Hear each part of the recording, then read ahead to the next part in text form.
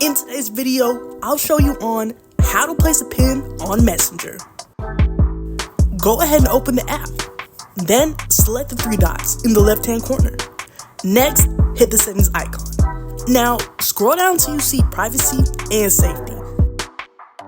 Then, hit app log.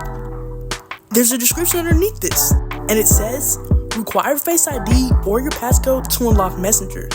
You can still reply to messages from notifications and answer calls while Messenger is locked. Your Face ID is not transmitted or stored by Facebook. Change this anytime in your device settings. And hit turn on Face ID. Now, it should ask you for a passcode.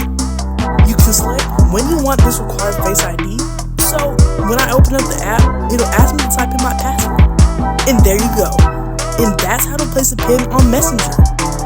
If you made it to the end of the video, thank you so much for watching, and I'll see you next time. Bye, guys.